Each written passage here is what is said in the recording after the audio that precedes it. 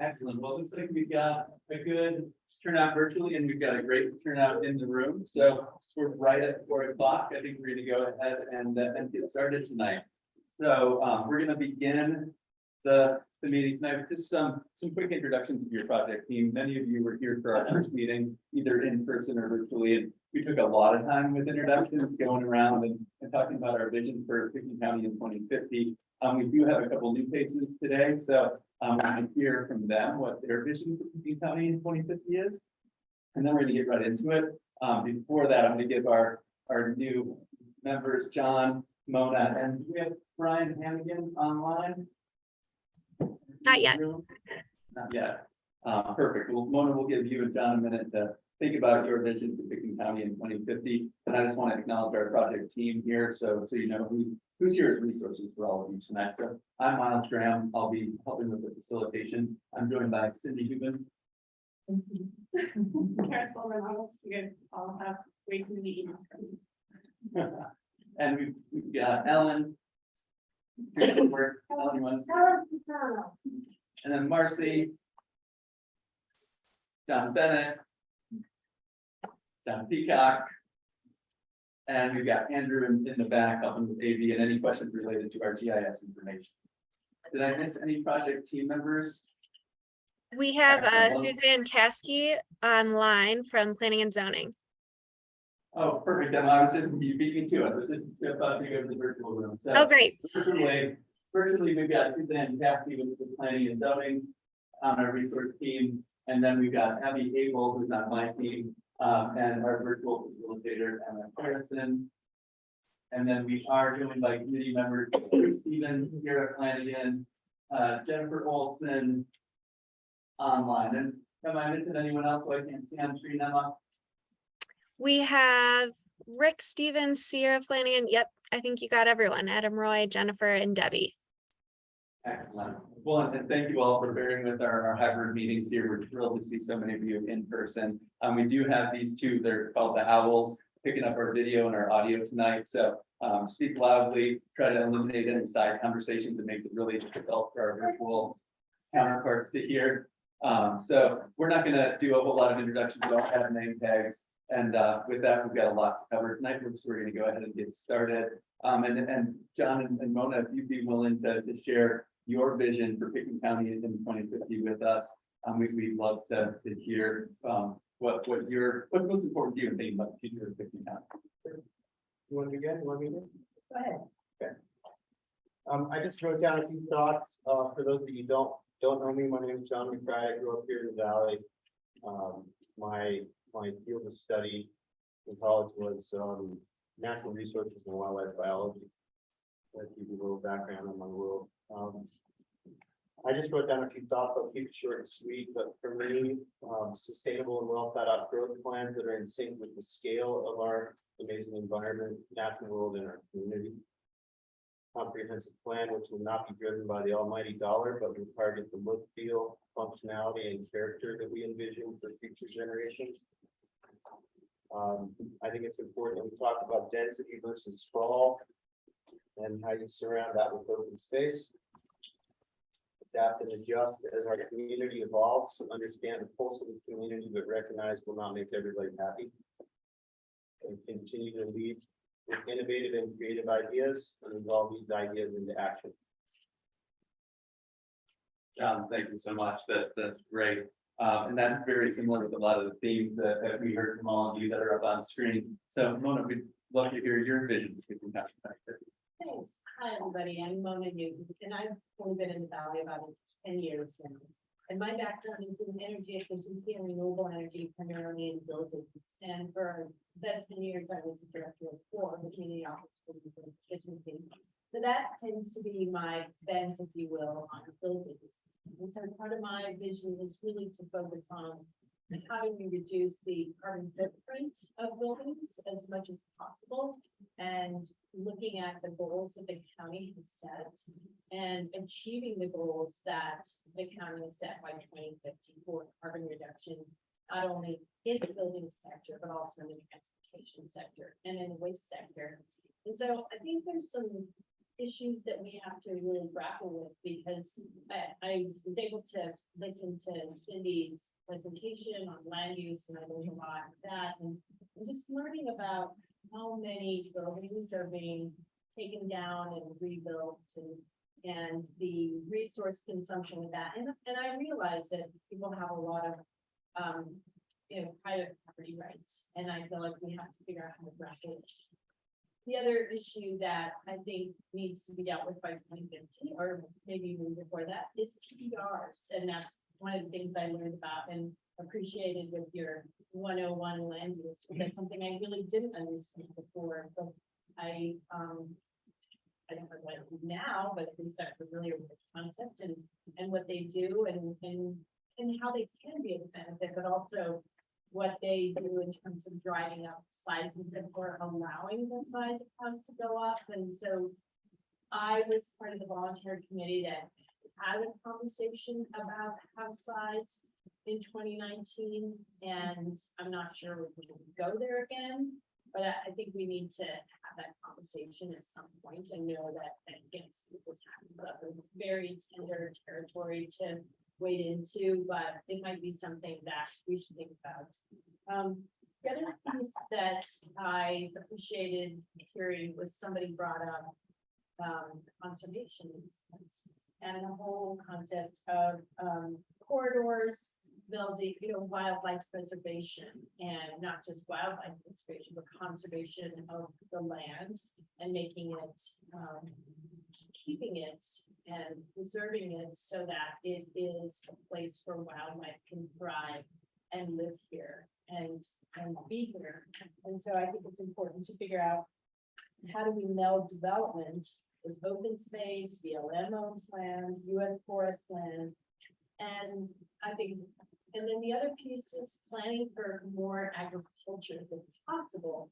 Sustainable settings came up as one of the conversations, and I'm sure you all heard it from sale. And that's kind of an innovative project that's been in the county for a long time. I mean, I don't know all the ins and outs and the conversations with sustainable settings, but if we could encourage and incentivize other types of similar programs, projects within properties, so that maybe we could think about growing some of our own food, more of our own food. I think that's an important piece, because water becomes a lot more precious. It's becoming more precious, and food and transportation of food. And I realize we have a lot to deal with in terms of food, and it's not going to ever really be a very good agricultural area, but I think that that's something for us to think about. And maybe it's already in the land use code and I just don't know it well. So forgive me if I'm kind of behind on that. And then I think the other, John mentioned the almighty dollar. Somehow, we talk about, oh, your property goes up, your property goes up, your property goes up. How can we not focus, or can we reduce the emphasis on that as part of our conversation? And then I really like what John also said about innovation and creativity, and how do we employ that in this process. So I've got a lot here, and I'm sure one of the 25 other people on this committee do as well. So thank you. Well, thank you so much. And I think you and John both illustrated, some of the common ground that we all agree on, and then some of those balancing points where we need to find balance between, some of the environmental and economic interests, for example. So very common to the themes we heard from the full group at our last meeting. And I know Brian was doing that. Can I make one more point, because Brian's going to make it, but he reminded me when I. Yeah. And that is, we have more reliance on renewable energy in our county. So.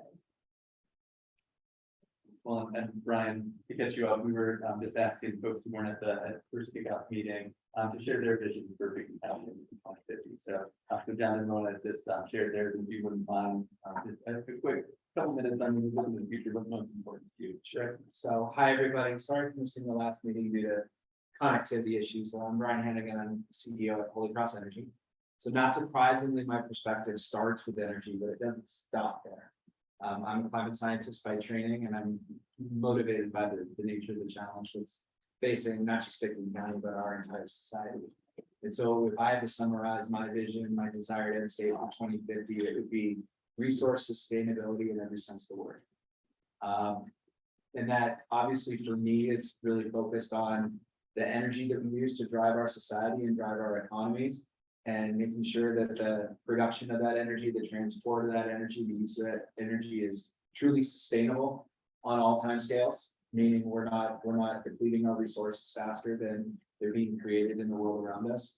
But then I also think about that resource sustainability supply to economic growth and supply to land use, supply to housing availability, job availability. Are we creating in all of the aspects of what growth entails resources at a rate that is not depleting over time? That it actually is regenerative in nature and something that is truly able to be sustained over decades and generations. And I look at some of the ways in which we do things in our area, not just Pickens County, but more broadly on the Western Slope. And I think that might work for today, but I'm not sure that that's going to work for decades to come back. And so my lens will be in looking at all of the ideas and policies that we discuss with that long-term generational perspective in mind, because I think too often in our planning activities as a former water utility board commissioner, we would do the things that made sense for 1 or 2 or 3 years, but we would ignore the 10 or 20 or 30. And so that's a perspective that I'm looking to bring to the table. And I'm just happy to be here. Thanks. Ryan, thank you so much for sharing. And so the themes that came out of all of your shared visions for Pickens County in 2050 will be something that we're going to build on throughout. But before we jump right into that values-based conversation, we thought it would be informative to look at where we've been to understand where we are today, and then certainly to understand where we're going in the future. So before we get too deep into the values, and that is coming and we're going to have time, we want to take just a little bit of time today, and you see in our agenda, to understand the trajectory of our planning work and really starting back in the 70s. And Cindy's going to be going through the origin of the growth management system and some of the green code. But the agenda today is designed to share information, but also hear from you and have some discussion. So after each portion of where we've been, where we are today, and where we're headed, we're going to stop, pause for some discussion. There's some good data that's out there, but there's also a lot of trends that I think we all are feeling that maybe we haven't put the data to yet. So we want to understand from the committee, this is your work and what information can be most helpful for you in making decisions going forward. So we don't want to inundate you with data. We just want to get to a place where we all can agree on where we've been and where we are today. Most importantly, what is that existing condition in our current state before we start talking about what is our future state. So the agenda is designed to do that. We're going to look at where we've been, where we are today, where we're headed. Then we're going to talk a little bit about the shared values and where the themes are going off the interviews that we did, the themes I had up there a minute ago. And then at the end of the meeting, there's some housekeeping,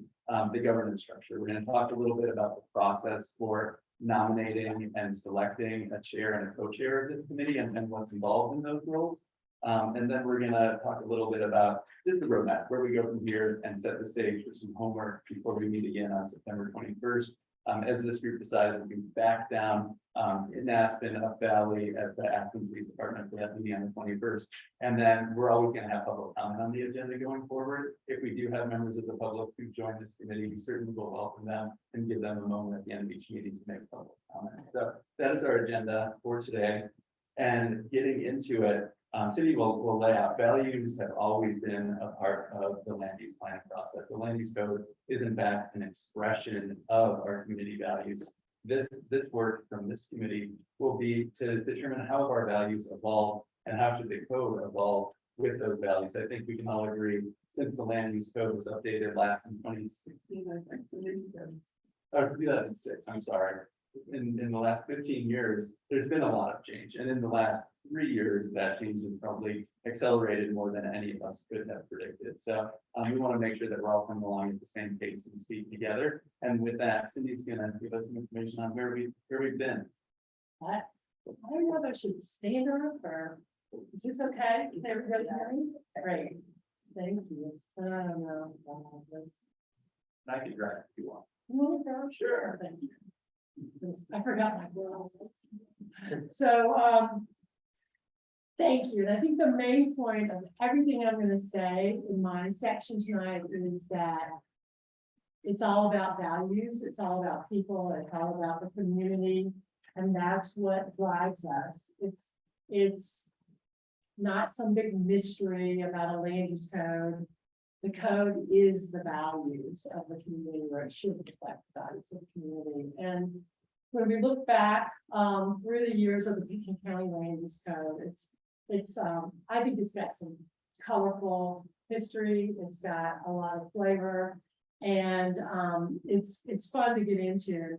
We'll point you in some directions so you can get more background on that through the years. But I think that the most important values, if we were going to take 3 values out of the land use code that exist today, that we're going to need to reconcile with what our values are today. I think that we looked at pacing of growth, that we looked at community character, and that we looked at environmental protection. Those were the biggies. Those were the big themes throughout that really, I think, drove the code. So here's some of that fun background, if you will, with the next slide. Thank you. I don't know if you guys recognize some of these guys.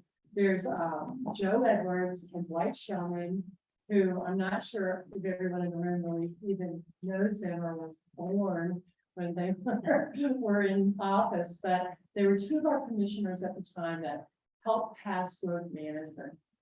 And we have these slides along with some clips from a movie that was recently done that some of you might want to look at, called Fruit Power, that I was reminded of a lot this weekend when I went to Bob Robinson's service at the music tent. And there's just all this history there about what the time was, what the setting was. This was in the mid-70s, mid to late 70s. And this was a time when there were a lot of people escaping the larger communities, trying to get away from the Vietnam War. Everybody was migrating here and had this idealistic sense of what we could do. And there were a lot of people who came already strapped with their law degrees and their planning degrees from prestigious places all over the country. So we had a lot of great people here to give a think tank. It was very controversial at the time. I mean, at the time there were all kinds, think about it, it was an agricultural community, more so than even mining community from before. So there was a lot of conflict at that time, but the people who put their minds together, put their thoughts together, if you don't mind, just taking us to some more, we're still doing this. These were the boardrooms, these were the times when people were spilling over, what should we do? How can we keep this place a precious place? And these are the folks who came up with the concepts. We want to keep going, just a couple more pictures, but we've got wonderful snapshots from the movie. You don't want to watch the movie where people talk about the next one. I think it's like one of the comments, and I think it might have been Ed Bastian, who was at the funeral service this weekend, said, that what it's all about really is it's all about the values. It's all about the values of the community and how we pull those together in our legislation. So with that kind of background, that all of the values that we all look at today and how we're going to reconcile that with, the past, this is our opportunity. I think when I was talking with Sierra at one point, she goes, this is a moment. This is a moment in our time right now. This is our chance. This is the same moment that we had 40 years ago when we created growth management, when others created growth management. So this is our moment now to reflect on what we need to reflect on today and what needs to be brought forward and what those values really are today, which it's interesting because there's a lot of common ground, not to keep using the term, but there's a lot of common ground on what we're about here. So it'll be fun to work on this together. So back in 1978, growth management was adopted, and there were maps that were done, and Joe did these maps. Joe, I've got your name all of them, but they were the old kind of trace paper where you take a topo map and you put trace paper over it, and I'm sure. Golden time. Yes. And I'm sure what you did is you probably got in your car, and drove up Cass Creek and drove up Maroon Creek and, you know, wrote down, here's an X with a house, you know, that, Who that's, says I had a car? huh? Who says I had a car? You might not have had that, you might have been on your motorcycle. But, well, we have resources in the room, is what I'm saying. Joe helped put all this together, you know, way back when, so we got Joe's history on that background data. Lynn is the one who set me down and actually taught me about growth management for the first time. We've got people in this room who understand a lot about the history here, so we're very lucky that we've got those folks here. And other people in the community we can bring in. I mean, those people like Bill Kane, who's now our mayor of Basalt. He was one of the original planners that worked on this. And we had, you know, I'm sure, Bill, you were right in the thick of it all when all this was going on as well. So we've got all of these great resources to help us with our past, to talk about our current situation and to move forward. So the surveys were our existing development background. So we have that, and we have more surveys and more background data today, build out data to look at. We'll go over a little bit of that in a minute. We also have the adoption of the first growth management quota system policy plan. We've always referred to it as the green, we've always referred to it as the green book. And because it's got green on the cover. But this was a book where everybody sat down and said, okay, what are our resources? What do we have? How much water do we have? How much sewer and water capacity do we have? What do we have as far as, you know, our current zoning? Where are we going with all that? And this book took all those concepts, which were really early cutting edge concepts, and brought those into a policy plan for the community. And at the time, the city and the county were one in terms of our governance for planning. And so this book governed the creation in 1978 of the growth management quota system. And we're going to have this in your homework, so please, you know, think about that. I think it's fun reading. You may not get into every little bit of it, but it's fun reading to understand where everything comes from in our growth management system.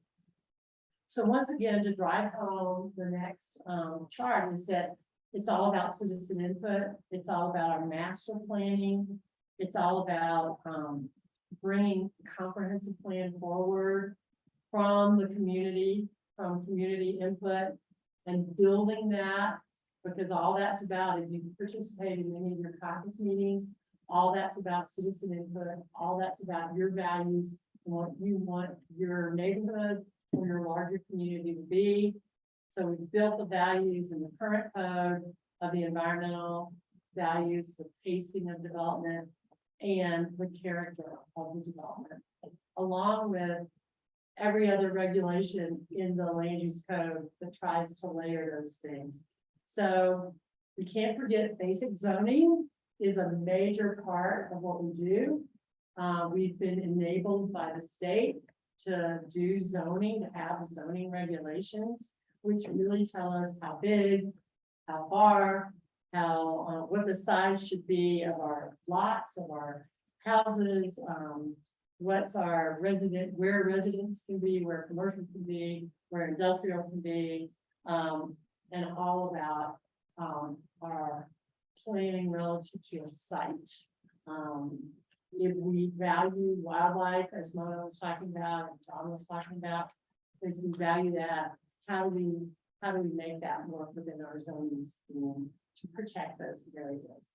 Also, the growth management quota system as part of our foundational regulations, and along with that, the exemptions that are meant to be incentives, and if you will, maybe the growth management system as the hammer, and we try to build the exemptions to give people an easier path to do whatever the values are directing us to do within the code. So with that, we look at those incentives, conservation development, and TDRs play a big role in that. We've been able to preserve, our goal was let's preserve the backcountry, and we've been able to preserve backcountry through the transferable development right program to a large extent. But there's always consequences, there's always ramifications on the other side, and we'll talk about those. So without belaboring the next one, which is the land use 101 that we discussed, and hopefully you guys can sit through that. How development works, how the code works, and how it's applied in our land use code. Basically, once again, the values coming in from our master planning and from the values that were taken at the top round, how those get cycled down into the growth management system, in the scoring system, and then where we find those relief valves or those exemptions to hopefully direct development, and how zoning plays a major part in that. So, and how we want to think about this in terms of how are we doing today? You know, are our values correct? Are we hitting target, or are we off target on some of those things? So we also thought, the next slide, we also thought that, you know, people really don't understand, a lot of people who aren't in the swirl today, what is the growth management system? What is a TDR? And so we tried to bring in some of those definitions. It's pretty simple. Growth management is managing growth. You know, how big is it? What's the type? Where is the location? And what's the quality of that growth and the quantity of that growth? And then with transferable development rights, TDRs, it's basically taking what our underlying zoning says you can do and transferring what you can do there somewhere else in order to preserve that area, which we call a sending site. And then where development can land, we call that a receiving site. So in the case of rural and remote, which is the only place where a sending site is for our transferable development rights, we are transferring the right to develop 1,000 square foot cabin and turning that into 2,500 square feet that can then land somewhere else in the county.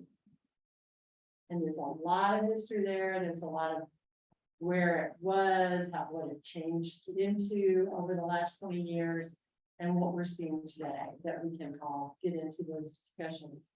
But once again, on the next slide, we have our value-driven mechanics of the growth management system. So I was going to get in and say, okay, what are the mechanics of the growth management system? You know, what were we thinking about, or what were those folks that you saw pictures of thinking about where that went? They were thinking about balance. They were thinking, they took Joe's inventory and they said, okay, how can we keep the balance going between the commercial sector, the residential sector, and the tourism accommodation sector? How can we keep all that in balance so that we all want to live here, so that there's some quality of life? And so balance played a huge role in the thinking about the quota system. Pacing of development, how did that come about, and what did that look like? Way back when the growth management system was created, it was a really big time, economic time. It was things were moving. There was a 12% growth rate here in Pekin County, and that's what made everyone nervous. Oh my gosh, too much is going on too fast. What is appropriate? What should that look like?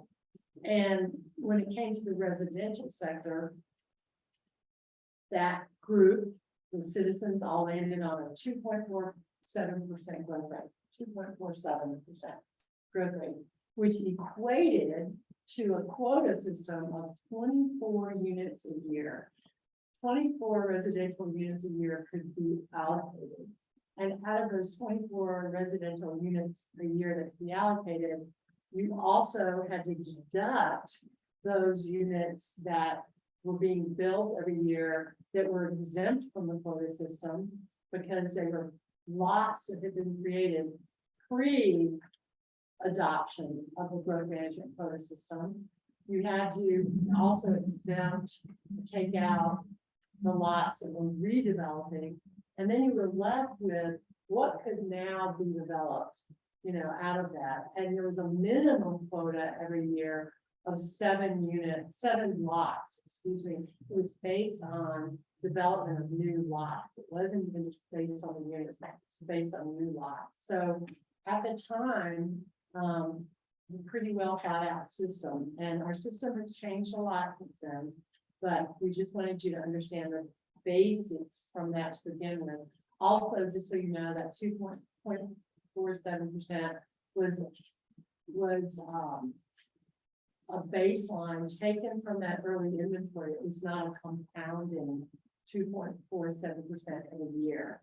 So it wasn't grow. It was that same 24 units every year to keep us on that pace. So that's pretty important when it came down to the pacing aspect of things. And then the community character goals. I think that played a huge role in terms of growth management, because that was it. That was the emphasis. It was the environment. It was at the time, we have to kind of go back and say, we'll ask everyone, what did it mean? What did the character of the community mean? And I tend to think that it was pretty surface. It was about the visual character of the community at the time. We don't want this place to change. It's beautiful. You know, it wasn't as much about some of the deeper dive character issues we might want to go into today. I don't know. And then site planning, I think that was more about the environment itself. How do we keep this place for wildlife as well as for us? How do we keep people out of harm's way in terms of floodplains and rock slides and all of those things? So I think embedded in here are the pacing, the environment, and the character, but it's the mechanics of how that system was created that, you know, I think it gets a little complicated, that not so complicated that we can't take it apart. So that's a lot. Thank you for listening again. If you already listened to the 101, but it's what we have. So I guess questions, and Miles is going to lead that for us. And we do have some prompt questions for some of the future discussions, but with this discussion zone, we just want to open it up for you on reactions, questions, clarifications about the past that led us to where we are today, and everything Cindy just covered. That was a lot to absorb in a short amount of time. So we're here to answer any questions you have, clarify, and just have a discussion about what led us to this point. Yeah, next. So you're talking about that 2.47% growth. What has it been for the last couple of decades? We have graphs of where we've been, and we've been pretty close up to that. Yeah, we've actually been below it in several years and right about 2%. It's really hasn't been. And that's held steady for the last couple of decades, or But you said, We're talking about, in that case, when we're talking about growth, I know it gets confusing, but it's the old growth management system, the foundational one, talking about lots. And now we're talking about, you know, units and square footage and some other things in our growth management system. But yeah, overall, and then population wise, we certainly have grown. I can't remember what it was in 1978. Somebody else didn't say. On the slide here, we're jumping ahead a little bit, but it's sort of the part about what the land use code has achieved, that it was a 2% growth in units, the build out analysis, and that 50 county population increased 17% from 2020 to 2020, and unincorporated we can decrease 3% during that time. Yeah, so Chris and then Michael, and then we'll jump to any this year. sorry, this is kind of a somewhat cheeky one, but on the HB at 41, can you clarify, or so you're talking about the state legislation that allowed counties to have 41 rights to make certain specific decisions? Okay. Yeah, And then what, so how does I guess like, how does that, is that like due to kind of supporting the individual projects or the larger projects that trigger this material? No, it does apply. House Bill HB 1041 was the number of that House Bill back in room 76, 78. I mean, 74. 74. House Bill 1041 was an enabling piece of legislation that counties could pick up on and take. And that allowed us to say, we're gonna look at hazards such as rockfall, mudslide, flood plains, and it included wildlife corridors, keeping wildlife habitat For the review. for the review. And so we then took that, I say we, I wasn't there, but these, I can tell these smart people took that and they turned it into regulations that said, when you look at a site, be it an individual site or be it a development, we're gonna look at that and we're gonna say, okay, have we placed the development in the right place? So that we're not gonna impact those values. That help? Chris, that's a great question. I feel like there's no bad BP questions here. Like, I had no idea that the 1041 process was around that hit this House Bill in 1974. So it's a great clarifying question. Let's go, Michael, and then Sierra. Is here still as a question, and then Tim. So my question is on that pacing, the 2.47%. You said that there are exemptions that weren't counted. I think that one thing that can happen in this kind of work is that the exemptions feel very much like in their impacts that the things that we're trying to control. And if there is if those are tracked over time, if sort of, how many projects that were exempt and therefore didn't find their way into that number, there were. Steve, that is restate for the folks on Zoom, and just a reminder for everybody to speak up. I think our audio is fading a little bit for the virtual participants. Question was on the 2.47%. How much of the exemption development was accounted for that? Is that fair enough? Sounds like it wasn't, right, because he was exempt, so. Well, I would say back in the early days, there weren't that many exemptions. So I'm not sure how much that played a role in that overall 2.47% number. I don't think there were that many exemptions, and I'll look at Joe and Glenn and others, but back when I first started, there were much fewer exemptions. And then when we created the Down Valley Master Plan and we realized what those values were more clearly stated in that update in 78, we said, wow, we really want to keep agricultural land open. We really want to keep densities lower. We really want to do all these things. So things like the low impact subdivision development were created. We started getting more into the conservation easement game, if you will. We started creating those exemptions that reflected the comprehensive plan values that were established in that, what was it, 1982 Down Valley Master Plan? 1987 Down Valley Master Plan. My dates today are wacky, but and I'm 35. But anyway, that's kind of what happened there. But you're right. There are many things as we've gone through time that probably haven't been counted as well because they've been exempt. But I think overall we have counted, because what we do is we look at overall development. When we're looking at, we don't just say, okay, what happened to both bands? We look at, what happened overall when we give those numbers. Consultants have updated our growth numbers through the years. We don't look at just one part of it. Did that help? Well, I think my piece.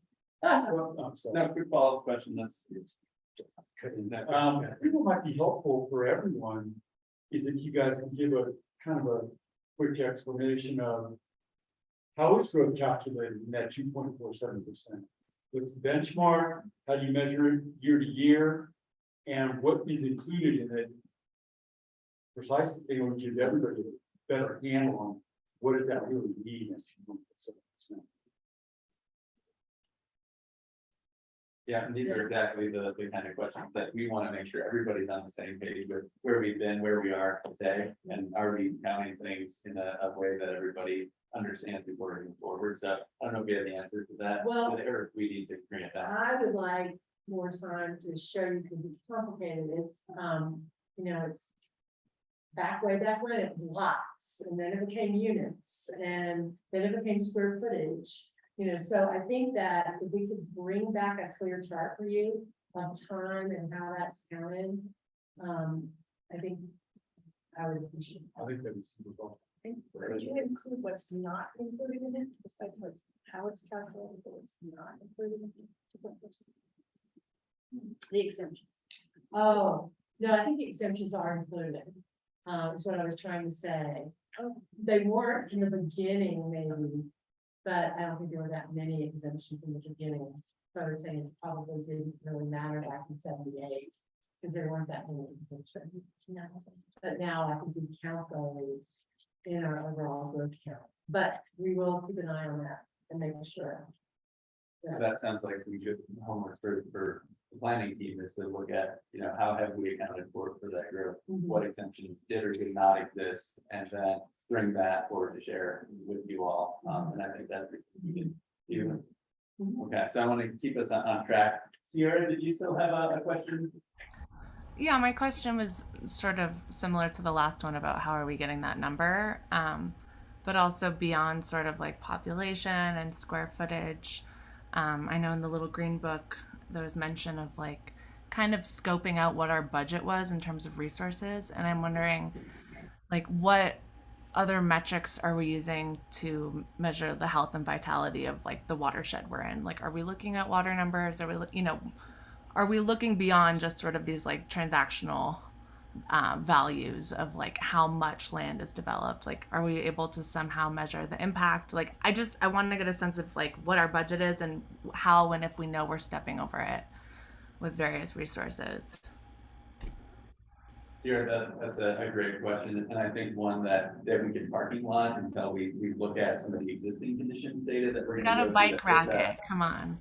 That it looks like some of the greenhouse gases that we're going to look at. Water quality is a really good one. That one that I don't think I've seen yet. That the purpose of this discussion, as you probably get sick of hearing me say today, is we want to understand from you what questions do you need answered to move forward and make recommendations. And Sierra, I think looking at water quality, things like that, that's a very good one for us to identify early. And team, please help me. Yeah, you do have an overall watershed management plan for the valley, but that we can bring forward for people to look at. But I think you guys are gonna want to even know more. And I guess, it's easy to just kind of be in like an anthropocentric state of mind and just look at the human piece. And so I think what I'll be trying to do throughout this process is just bring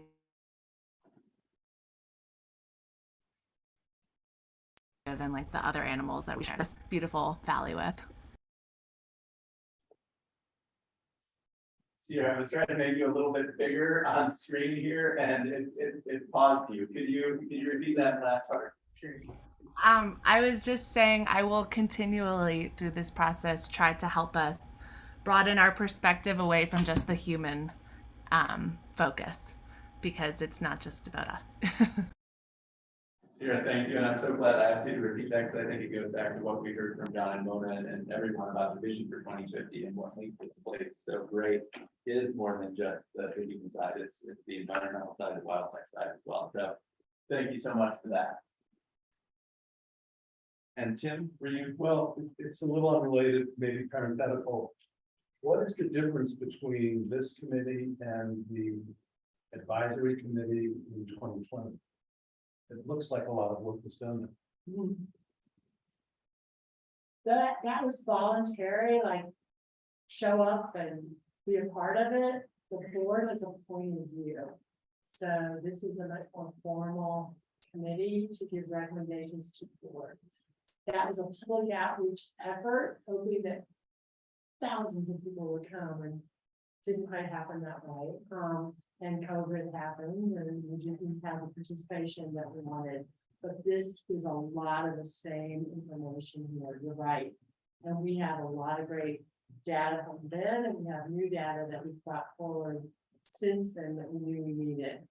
So, yeah. And Sandy. I think if I could expand on that, it's the same, but I think also from the board too, what they wanted in that robust public process was also the scope.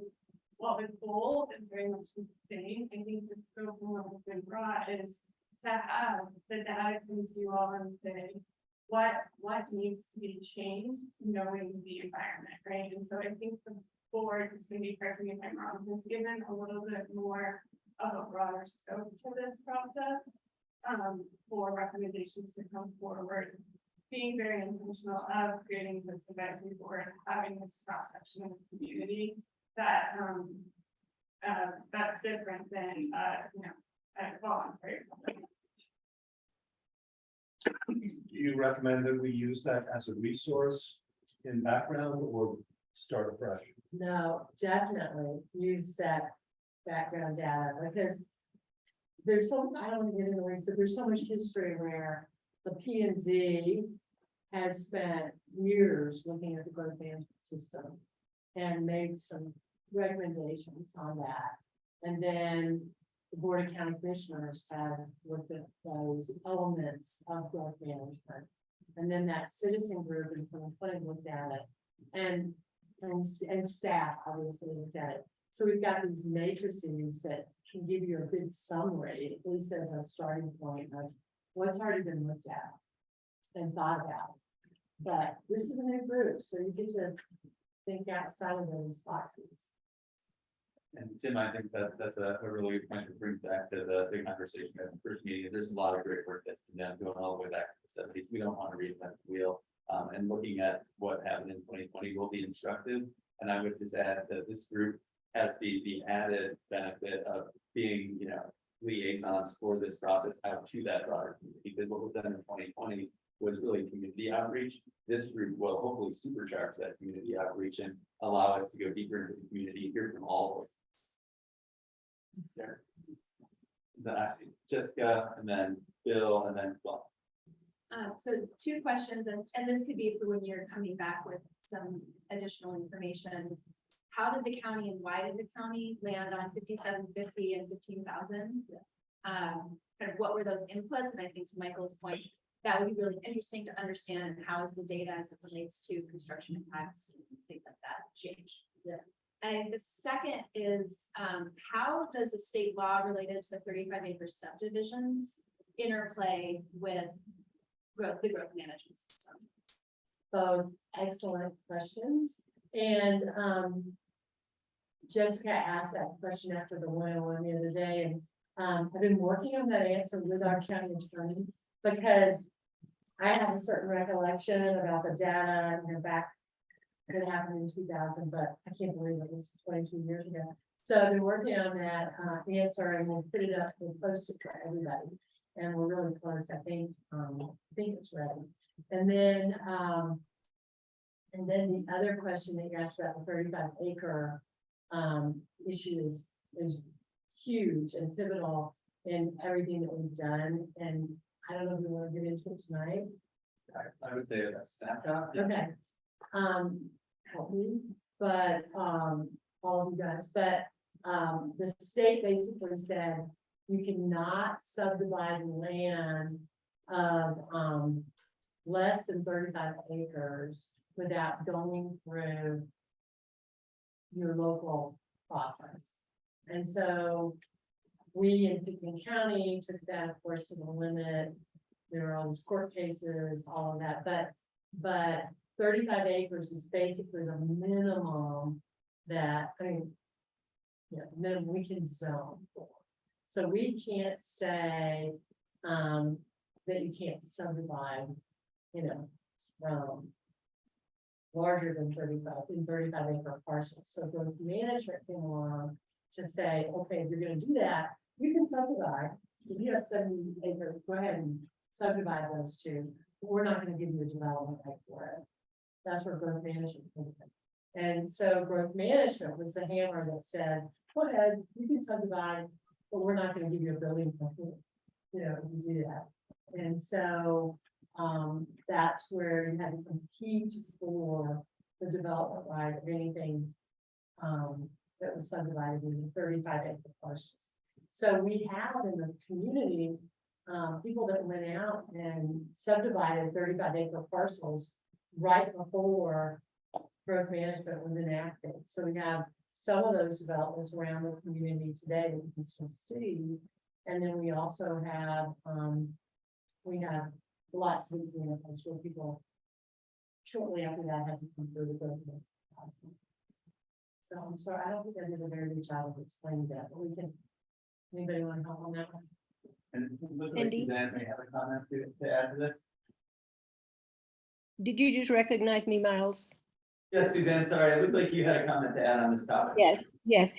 I was just going to say, in answer to the question of how is this growth committee different from the last time around, which Cindy, I know you have now explained, but a major difference is that when that growth committee, that earlier growth committee was working, we were just starting to grapple with the pandemic, and we did not know what it was going to do to this community. Now, because of this great urban exodus, which sent so many people that we hadn't planned on here, the landscape is quite different, literally and figuratively. And so that is something that this particular group is going to have to deal with. Suzanne, thank you so much. And what we'll do with a lot of these questions that we hear over and over again, you know, on the why 5750, what's the difference between this effort and 2020? We'll develop some frequently asked questions that we can post to the website, in addition to responses to all of your direct questions, so that for talking with the broader community, we all have answers to the questions that we hear. And so, Bill, I know you were next, and then Glenn. Cindy, the citizens group, 2018 to 2020, that was sort of loosely formed. There were a lot of changes that occurred in terms of marching toward net zero building and community development. Very specific changes, which is, for example, why the rent fund is diminished. No, and that was building code changes that went forward versus the land use code changes that went forward. And Bill's right, I mean, all of this fits together in what we're trying to accomplish here. And there were a lot of things that happened there. And I think it was Earth Day 2020, the board adopted new measures in our land use code that are going to work towards net zero by 2030. And that was in your packet from the kickoff meeting, 3 goals from the county commissioners, and the planning and zoning commission's statement of purpose was the net zero, the greenhouse gas reductions, and balance with economic life. So Bill, thank you for pointing that out. And Glenn. Just one thing, could you go to that planning 101 slide? This one? Yeah. It really can't see it too well, but The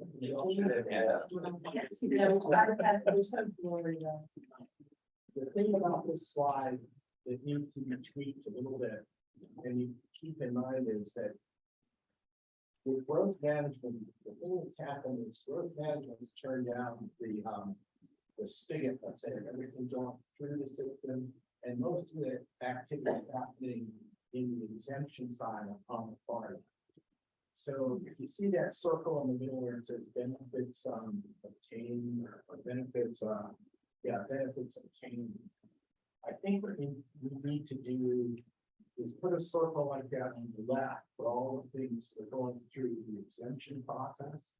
And there needs to be kind of an evaluation of what's happening exempt from growth management with regard to benefits and also, let's say, disadvantages.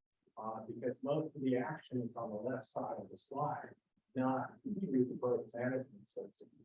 So I think that's an important thing that this committee needs to do is evaluate what's really happening on the left side of that slide, not in the middle. It's not much is happening in the middle.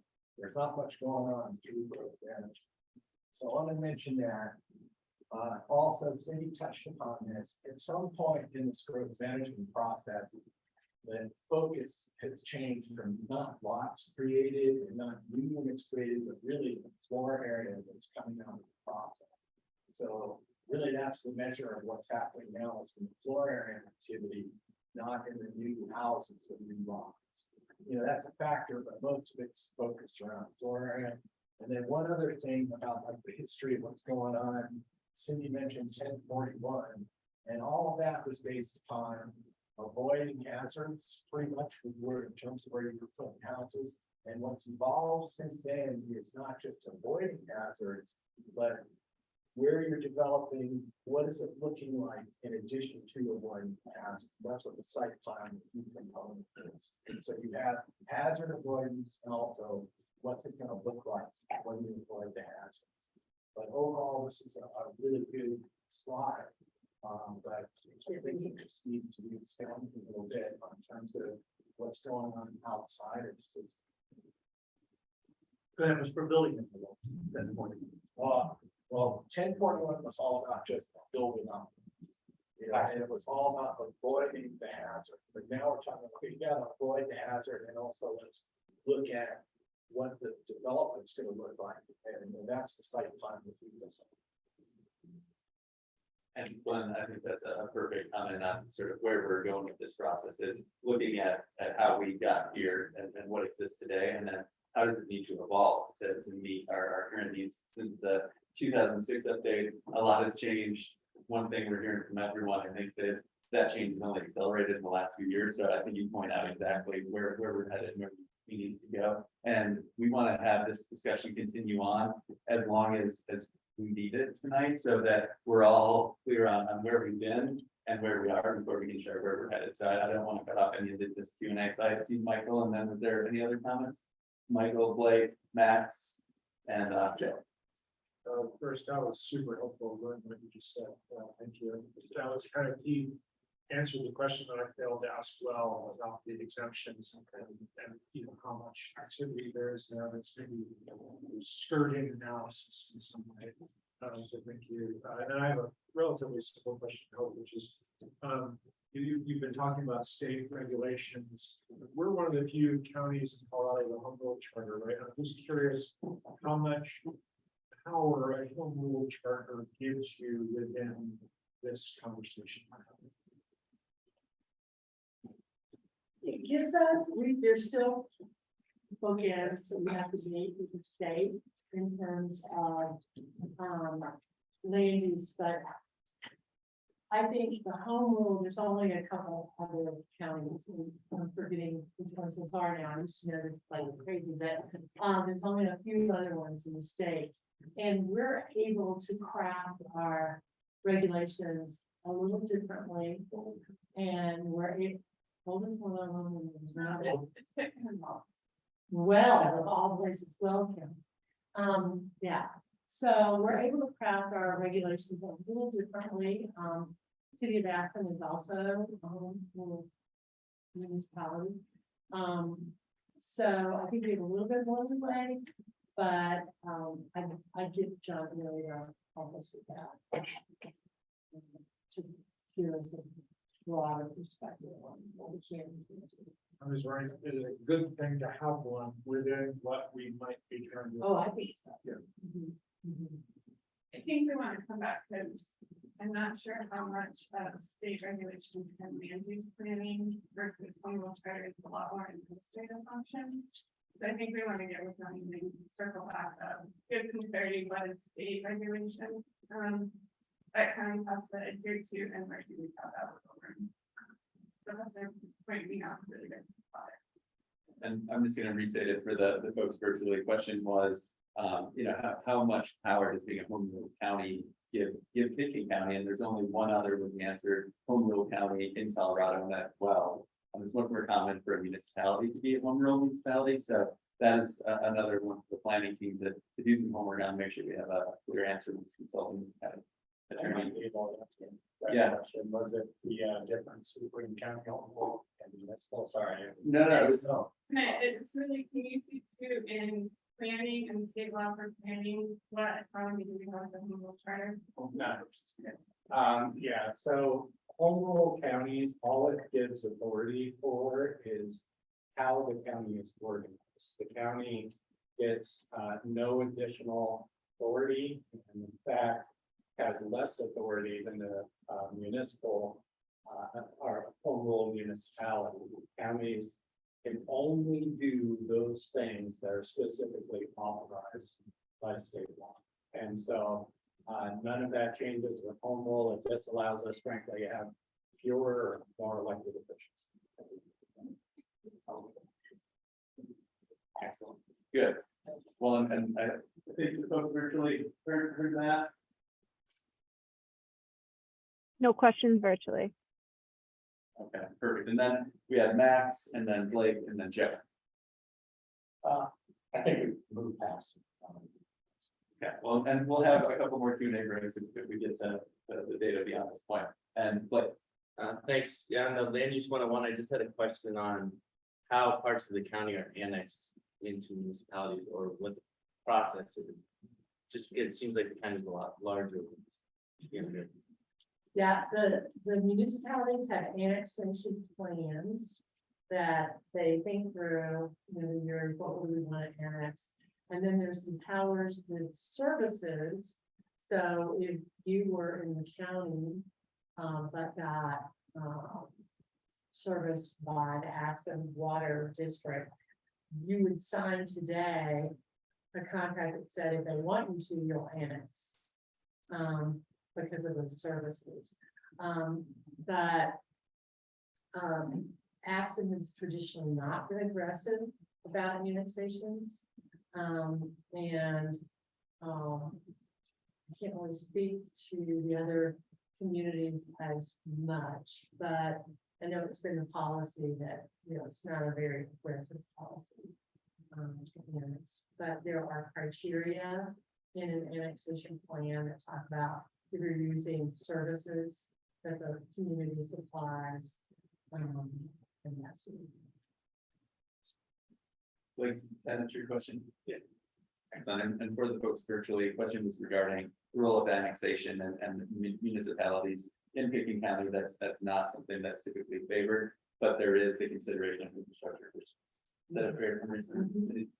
Awesome. And Jessica might be able to answer that even better, as far as if you can recall back what the annexation plan says from the city criteria. So in the Aspen Area Community Plan, it talks about the urban growth boundary, but it does not actually assume that all of the land in the urban growth boundary, which is the same like the airport business center, will actually be annexed into the city. There's a separate annexation document and that identifies potential areas, but I can see, as you said, it sort of tempers what would be expected to be annexed into the city. Yeah. Just one more thing to add, that typically a parcel wants to be adjacent to the municipal boundary to annex. Contiguity is what they call it. So that's another standard that is in place.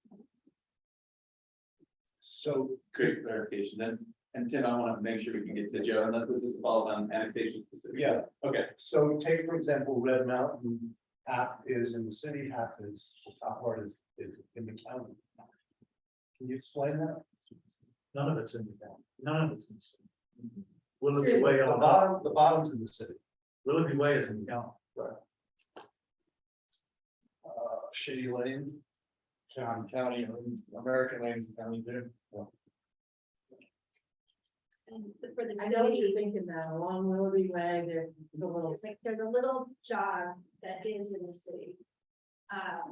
That is Pick and Reserve, that is in the city, and Smuggler Trailer Park was the Port Positive mitigation for Pick and Reserve.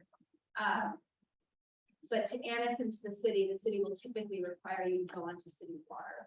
So that is something that causes some homeowners to not want to annex into the city. Located and what their statistics are. And that could be a good resource we share as part of the future packet or homework from this meeting. It's, there's probably a GIS tool where we look at that specific parcel, specific boundaries for municipal and county. Any other questions on the annexation piece? I think there was some interesting conversation here. Yeah, Mona. And the county refused to allow annexation of property into a municipality.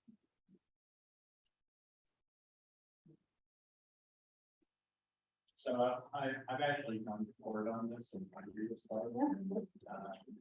When the municipality meets those, when the municipality, meets the conditions.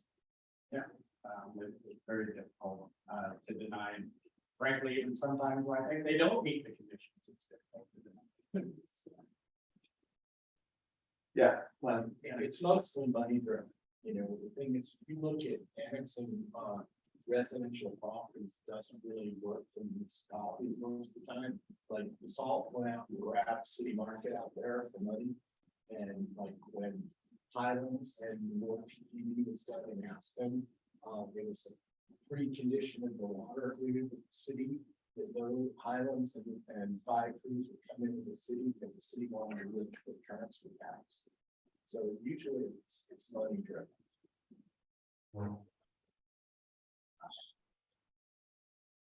Well, I've envisioned some discussions about annexation in our future, but I think we've clarified that, it's very difficult for a county to prevent that annexation should a municipality be pursuing it with the appropriate amounts.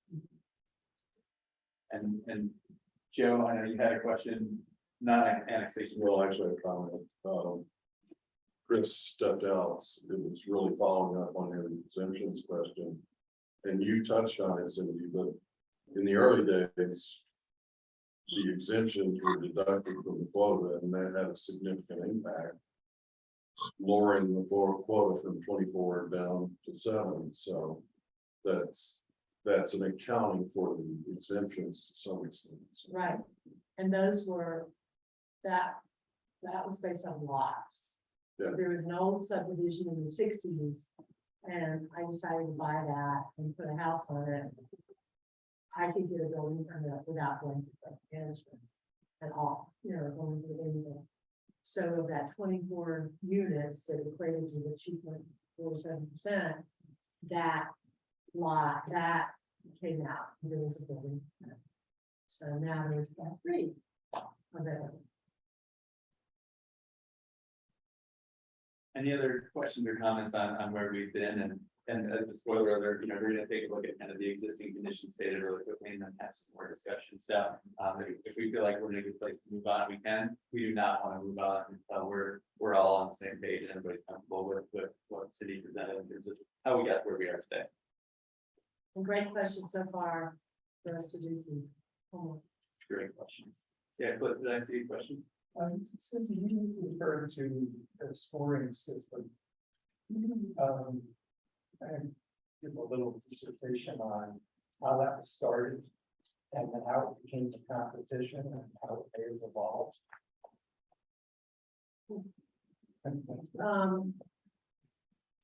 Yes, the idea was that you would create better projects if there was a competition. So it was the way I've always learned about it, it's more like a closed bid system. So if there's only 24 units available a year or less, based on what's going on, then you would submit an application for your 1,000 acres to subdivide, and I would submit an application for my 500 acres to subdivide. And I would try to gain more points in the scoring system than you, so I would be awarded those units instead of you. And the point system was based on those early values. So one of the big things that the point system did was give a lot of points for a reduction in density. So if you were able to have 10 units on your property, but you reduced your density by 50%, you would get a higher score than if I only reduced my density by 10%. So it went that way. It went down through the values and you got rated on how well you were meeting those community values outlined at the time. In the early days, things like what's your water, what's your sewer, how are those utilities were included. Those were taken out in later versions of the scoring system because we felt like that's just a standard everybody has to meet, that kind of thing. So I think density reduction, wildlife habitat, what are some of the other values? Community benefits. Yeah, you're right. All those community benefits that we see in the growth management system. So that's how that worked. And then over time, those community benefits and the scoring and what we were competing for have changed. And that gets a little bit more involved, as Glenn said. Now we're seeing more competition because we've thrown square footage in the game and not just lots. So the question was, how is the scoring system calculated for folks for joining virtually? Yeah, Doug. So are exemptions not counted against GMPs? I wouldn't say against you, because with their count. 24 units that are about, or whatever that number is. And what Glenn said is almost everything is done on exemption side of the ledger. And Joe said they used to be taken off. So all the stuff that's happening on the exemption side, is that counted as part of the 24 they're evaluated? Well, we don't use 24. Or whatever the number is. Yeah, It's from. it's a totally different world, but when you see the numbers that we say 2% growth rate, everything's included. So don't worry that the exemptions aren't being calculated into that. But I think Glenn's main point is that the growth management system is no longer a hammer. It's no longer slowing us down, pacing us, because everything's exempt. Everybody's going for the exemptions. It's the easy route. And so we don't truly have a pacing system. So 24, whatever that number is. I think if I compare what a lot of the conversation, what we need to bring back to you is the evolution of growth management system, right? We started today to be with growth management and how it was started and founded, but there's obviously, as Cindy and Glenn and others have said, there's been a lot of changes of what it was founded on and what it is today. And it sounds like a lot of questions going to be helpful to see that whole evolution and to where it is today and what's included and what's not. Yeah, and specifically how growth accounted for and how our assumptions specifically. Joe. And I would make the argument that quotas have been reduced to such a level that it's so risky to go through the process that people would rather buy a TBR and just avoid that. So, Yeah, Mike. I'm trying to better understand it myself, and just, I think maybe there's an issue with terminology that we are referring to growth, and growth may really be referring only to a set of things, and that within the exemptions, there's activity that probably looks and feels and quacks like growth in a lot of ways, but that does not get called growth. And so I wonder if sort of coming to an understanding of the term, like, is exemption growth or not? And because I think that I think what the community is reacting to at large is just the activity that looks and quacks like growth, right? But like within this conversation, it sounds like there's some distinctions being drawn about what is and isn't. We'll clarify that, because I will say to you that when you hear the numbers, you're getting the whole picture. But what you're feeling is not regulated under growth management. You know, what you just said, The other parts of that too, I think, Michael, to your point, we do need common definitions and a glossary of terms. And when we say this term, this is what it means, so that we're all on the same page with it. So I think it's a yes and a little bit. Yeah, Cliff, and then I want to go to Adam. Virtual. I'm not sure that everyone knows what an exemption is. There are more than one kind of exemption. So I usually like glossary of terms, but yeah, I think something could be lost in that expression. Exemptions. Yeah, I think the follow-up discussion on exemptions and how they started, how they evolved, and how they're accounted for is, I'm already making notes for our agenda for this September meeting. And Jessica, is it Just exemption? really quick, I think Yeah. that it's also about pacing and how does the term pacing play into this? I think to Michael's point, that's part of the terminology piece is understanding pacing is different than in a lot. It's a very, very good point, and why we tried to be very clear on some of the slides too, when we're talking about pacing, because it is a nuanced concept, just like exemption. That it's really the rate or the speed of development. But yeah, that's why this discussion is so important, to make sure we're all grounded in a common place before we move forward too quickly. And Adam, joining us virtually. Yeah, I'm hearing terms like see and understand. I'm wondering if a graphic looking back over time at these different terminologies that aligns with a glossary of terms and how GMQS has evolved from different units of growth, whether it's lot creation, actual built units, square footage, and look at over time what those mean in more of a graphical presentation and other inputs that are related. So we get a better sense, through experience over decades, possibly, of what growth has felt like and what data actually is showing graphically. I don't know if that data is easy to pull together in graphical form, but I have some ideas that could email. But it seems like a quick reference point that's more graphical than, narrative or even, just hard numbers could be useful to illustrate. Yeah, and that's a great point. I'm seeing a lot of heads in the room nodding as well. And I know there's some good technology out there with the GIS story mapping where we could, do some of those timelines that are animated. There's some information that'll be out there that we're going to look in the next section to show some of that. So I think your point is well taken, and I open it up for our planning team members. If there's any resources that exist, we should maybe direct the team. It's just not a big nightmare at all. This has to be put down on paper someday.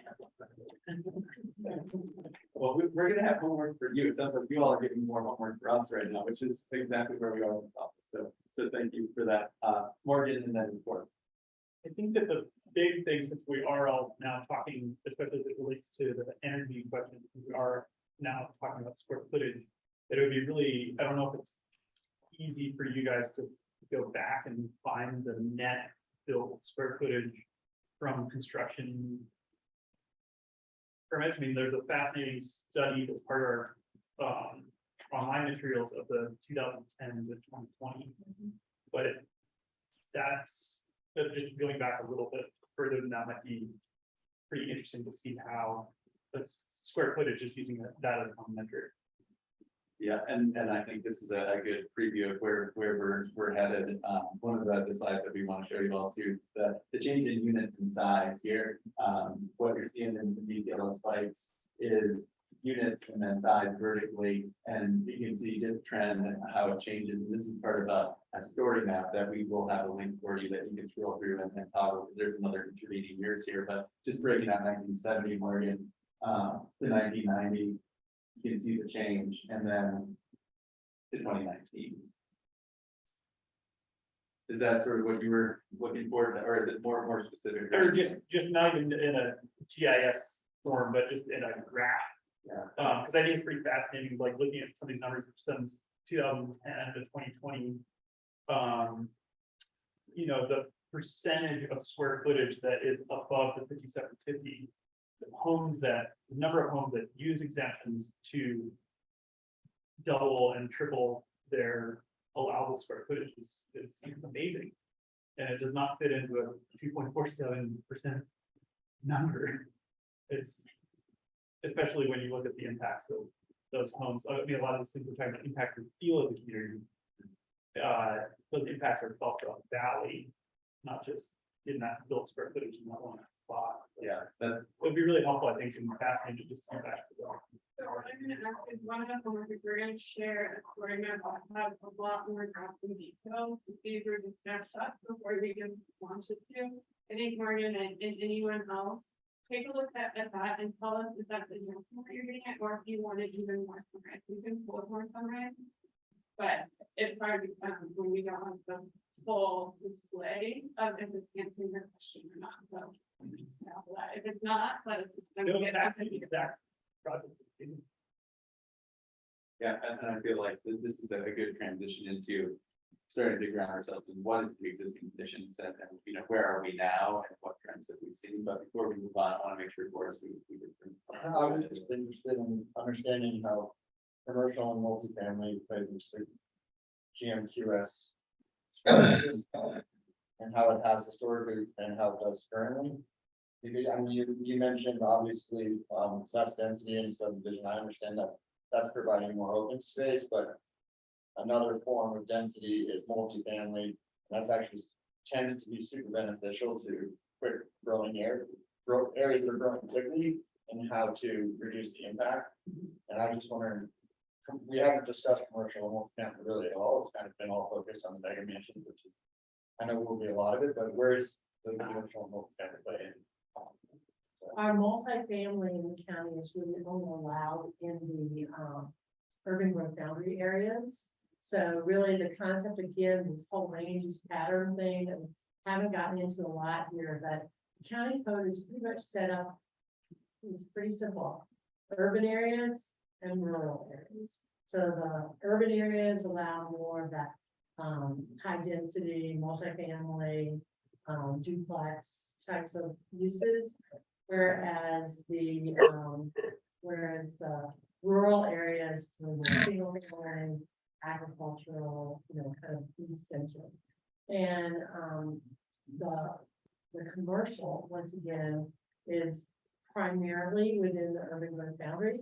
But as you know, we have historic pockets throughout the county that have been allowed to continue, but maybe not grow.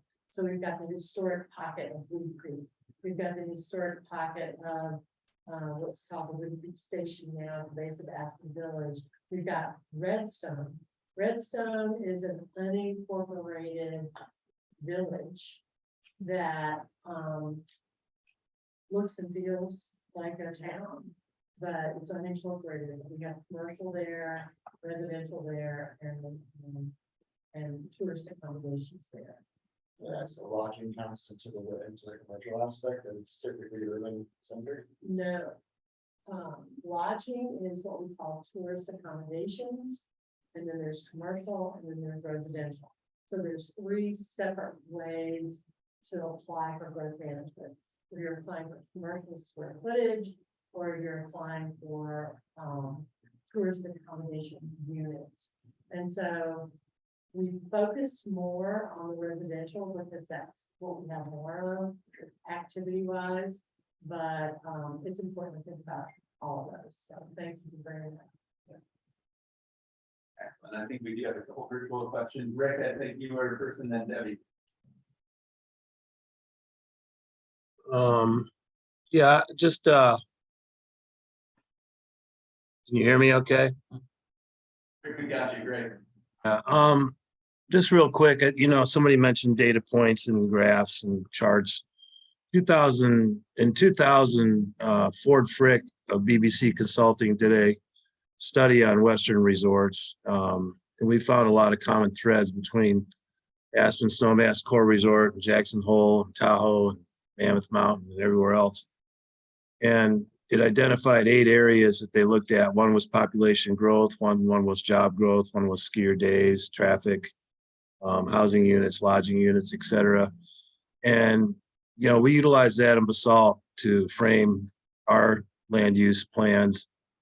And it would be good to go back and look at that. It would be easy, I think, to duplicate the data. The recent Migration to the Mountains report had 60 pages of data and graphs that showed the changes in how this valley has evolved. All of those valleys were linear valleys, so they were impacted by the the large core resorts, and then, you know, everything kind of came downstream just as it has in the Roaring Fork Valley. You know, it's an interesting study because it predicted a lot of the things that we're dealing with today. And, you know, over those last 20 years since then, we've tried to find ways to mitigate, but it's been said many times now that you can write a check and, you know, avoid the whole issue of what you actually really want to do. And annexation too, you know, that's important to understand that our position in Basalt as a support town to the core resort wasn't really working for us. We needed to identify the Mid-Valley as its own entity and become economically sustainable on our own. So we purposely fought back a little bit with Pickens County on the annexation of the Roaring Fork Club because we saw that as an economic engine. We also saw it as environmentally a good place to create as opposed to another 500 homes. Down in City Market came to us. You know, when they left, we lost 57% of our revenues in the late 80s, and we didn't have any wherewithal or funding or resources to manage our land use, not to mention that we're in 2 counties. And you can go up to the top of the El Jebel Hill above Whitney's and look down and see the clear, distinct county line that's, you know, one side is solid houses and the other side is open space, which is great. So I think part of this, looking at the impacts, the effects and the impacts of the growth management plans in Pickens County have been more obvious down valley than they have been in Pickens County. That makes sense. Sure, people are getting around growth management to build a bigger home because they can afford a TDR. The impacts we saw, you know, because of maybe a lack of regional communication are a lot different with traffic and also commercial centers that were created and urban areas that were unincorporated, all those things. So just throwing it out there, I think that is objective information, is the data that's been gathered in these 2 reports. And they're 20 years apart, so it's pretty interesting to see the trends have not changed. To Suzanne's point, it has, over COVID, it's accelerated, but the trends have been there for a long time. That does make a lot of sense. And in talking about trends, I think that's a perfect transition into kind of the where we are. So that data that we want to just introduce with you. But before we move on, Debbie, I know you had your hand up. Did you still have a question or a comment?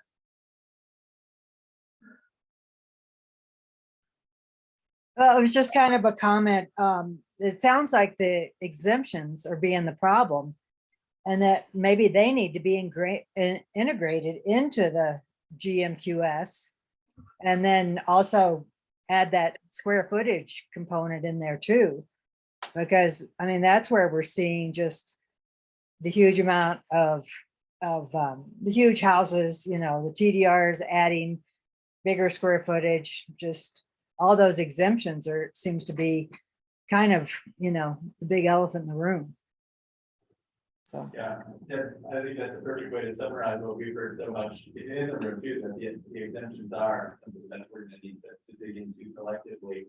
And Rick, I saw your hand go down and pop back up. Was that just a virtual link? That was a mistake. Yeah. No worries. I just wanted to be sure. Any other questions before we move on really quickly to kind of where we are today? I think this discussion has moved into some of the trends that we're all feeling and then taking a look at some very high level data so we can understand what additional trends are you all feeling and what data do we need to gather to answer some of the questions that you have. So with that, Cindy, I'm reading this a quick primer on what our land use code has achieved, and we've discussed a lot of this already. Right. Yeah, we have discussed a lot of that. We wanted to say through the years, land use code has achieved a lot of the objectives that we started out with and involved with. And so we have achieved basically that 2% growth rate with our units. As we talked about, population has increased, but you know, 17%. Unincorporated Pickens County has decreased. And most population growth obviously in the urban areas. Character, I think this is a really important point to think about. When we talk about the code being really simple, urban, and rural, we've achieved, I think, as Rich had said, you look down and you go, oh, wow, there's an urban area and then it's rural. And so we've really done a good job of achieving that land use pattern, if you will. But I think it's important, in the traditional sense of sprawl, we do not sprawl with our development. Another point I made in the 101 was that in many of our master plans, we've been very specific about trying to keep the communities distinctly different. So you've got the city of Aspen, town of Temecula, and Basalt, very distinctly different. You're not blending into one another like, oh, where's Basalt, where's Snonex. And then environment, we have done a lot of land conservation through the TDR program and through the open space and trail program and conjunction with other state programs. A lot of land conservation in a community, in a county that's already 83% national forest or BLM land. So we, just largely thinking that we've got about 15% private lands. On top of that, we've done conservation measures within that 15%, to the tune of probably about now, I have to look at the data, but over 20-something thousand acres of land through TDRs and through open space trails conservation. And then, just keeping the wildlife and terrain open and through those 1041 kind of standards, trying to keep the development in the right place, even in the rural areas. Thanks, Cindy. And these sort of three areas, the speed of growth, the character, the environment are the hallmarks of the code that we're going to look at. Some of those trends to say, how does our code need to evolve to keep pace with some of the trends that we've all been discussing today? So if we look at some of those initial key trends, and these are more conversation starters than definitive trends, and there certainly may be some assumptions here that we want to test with all of you and understand what additional data that you need, but the increased cost of living, meaning fewer people affordably can live in Dickinson County, which leads to those who can afford to live in Dickinson County building larger homes with more intense energy uses. And that residents are moving down valley, straining some core community functions and creating greater commuting distances to their jobs. And that employment data that we've seen, may not be growing as dramatically as we see the growing number of times saying help wanted in Windows and some of those unfilled jobs in the community. And so the shifting in industry dynamics is something we want to explore with you as well. And then also looking at the role of greenhouse gas emissions, and the greenhouse gases have been reduced overall in looking at some of our studies that we'll share with you, but that buildings comprise the largest sector of those emissions. So which is the importance of the untapped resource of land use in relation to climate action and community preservation.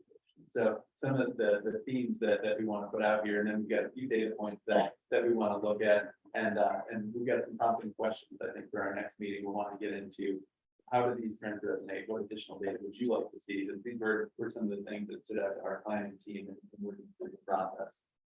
Looking at just the data we have, increased cost of living, residential sales volume in Dickinson County, you can see from 2015, still a massive amount, in the billions of residential sales volume. And then just within the last 2 years, that increase in Dickinson County as a whole was dramatic. And it goes back to the Jenny Stewart book and the Federal Aspen Times about the impossible math of Aspen. When you have an average median income of about $73,000 and median home price of being upwards of $5, we could probably change this by the day. But you can see what that leads to is an affordability gap that's pretty astronomical within the municipality of Aspen. Certainly, the blue line is hard to read is snowmass. The bottom baseline here is what is an affordable price. This does not account for Dickinson County as a whole. That's one of the data points that we would like to see, but just to frame the discussion on that trend based on the data that we have. We gave you the preview of this one already, and this is part of the story map that has a lot more detail on it. We'll share the link with you coming out of this meeting. But when you look at that size and intensity, And then just the change that we put about to the theme of this conversation, role of exemptions, how is development accounted for, and that's, you know, just the matter piece that I'm gonna open it up to one of our virtual analysts, Abby, on my team, who's gonna talk us through some of the baseline greenhouse gas emission data. Abby. Yeah, thanks, Miles. And so I think this hits on the point, sort of keeping our eye on the ball when it comes to buildings and their contributions to greenhouse gas emissions. But there's a lot of nuance here. And so Mona and Brian, I really appreciate your introductions and the sophistication and perspective that you and others, I'm sure in the room, really bring to this discussion. This is very high level. So what is this telling us? It's telling us between 2014 and 2020, what are our total greenhouse gas emissions for all of Pitkin County? So that you see in general, it's going down, but note that 2020 may be an anomaly. So it could be worth looking at outer years, and we acknowledge that. And so again, this is just about level setting and getting the conversation started. The biggest takeaway I think here is that, again, as Miles stated, residential, or rather building energy, really is the largest contributor to greenhouse gases. But we can't not think about transportation and waste as it relates to building energy. And I think that's one of the nuances and the relationships that we're going to be exploring as we move through this process. Abby, thank you so much. And so what is that? How does that equate to some of the down valley exodus that we're seeing, the outflow of full-time Pitkin County residents, which you see total population change for Pitkin County from 2010 through 2020 on the left-hand side, looking at birth, death, and then the net out migration on the right-hand column. So just seeing that sort of rebalancing of full-time residents in the county. And related, what does that do to our vehicle miles traveled? And apologies, this is not showing up very well. Here you can see that the trend line is the big takeaway for this one, that there's a 2.5% increase in vehicle counts on Highway 82 at Snowmass Creek Road. So this was one of the counting points, what people heading in Valley, they would not be able to convert on the Plain Flats or into other places. So gave us an accurate read of the increased traffic that I think we all feel and see on a daily basis. So that is one of those trends, and we'll be sharing this presentation with you all. So you can see this in more detail, and then give us some follow-up questions based on this data. Is the airport in transportation? Airport is, yeah. Great clarifying question. Aviation is part of the transportation sector, accounted for in the greenhouse gas emission slides, the orange slide that we talked about. And so the shifting employment dynamics, you know, the data that we're going to need to collect, I think will reinforce some of what we're seeing in the headlines, that you know, that there's a worker shortage that's not unique but significant. Restaurants are doubling staff and all rooms are nearly booked. So there's an equilibrium there that's being struggled to find. And looking at what's working in Colorado, employers say there's a labor shortage even as more jobs are filled. So that's one of the trends that we collectively feel like there's something there and there's some data to be gathered, but we don't have all the answers. This is one of the assumptions and the trends that we want to test with you to see if this is something we should be exploring as it relates to our land strategy. And all of it up to Kara and Cindy for any commentary on this. And I think this is kind of committee conversation, but I think the piece is why does this relate to growth management, right? And so the other dynamic of 2020 and it's kind of sort of tiered in where is the labor force in Pitkin County as the cost side increases, and so what is the changing dynamic of the labor in Pitkin County, of the workforce in Pitkin County, and as the levers that you all might start to be playing with, how does that then impact the economy? Does it even at all? I think that's kind of one of those foundational questions, and so I wanted to set that context of why are we talking about employment and jobs, we're talking about the land use code, and while the land use code doesn't influence it or doesn't regulate it, it obviously influences it, and I think it will become part of the conversation, and probably you all spur some questions that you all would like us to dig into as well. Can I speak on that? Yeah, Because I feel like that referring back to the earlier group's work, that some of the most interesting data that came out of that was that single page impacts chart the job generation and vehicle trips relative to home size. And that came from somewhere, right? Like, I mean, do you feel that that's good analysis? It's good data, and we have additional data to add to that. And I'm not sure if all of you looked at that or not in the old data, but what we did is we took house size. We had a study, actually Rolling Cross and Black Hills helped us with that study. And we took examples of different homes and house sizes and said what their energy use was based on house size. Then we took studies that we had on transportation, vehicle miles traveled, and we established that with house size in terms of vehicle miles traveled. And so we have a big build-up chart based on house size in terms of impacts. Now, we also have some new data we're going to be incorporating into all of that looks at embodied carbon and what we found based on the construction and property management side of our world today, and where we're going to adjust some of those numbers. So we've got, yeah, I think it's great data, but I think it's going to take some explanation to say, okay, this is our study that we did on vehicle miles travel. This is our study we did on embodied carbon. This is our study we did on energy use by the home itself, you know, all of that. So I think it's a little down the road, but it's a good summary. Yeah, I have a quick question, Miles, or maybe for Abby.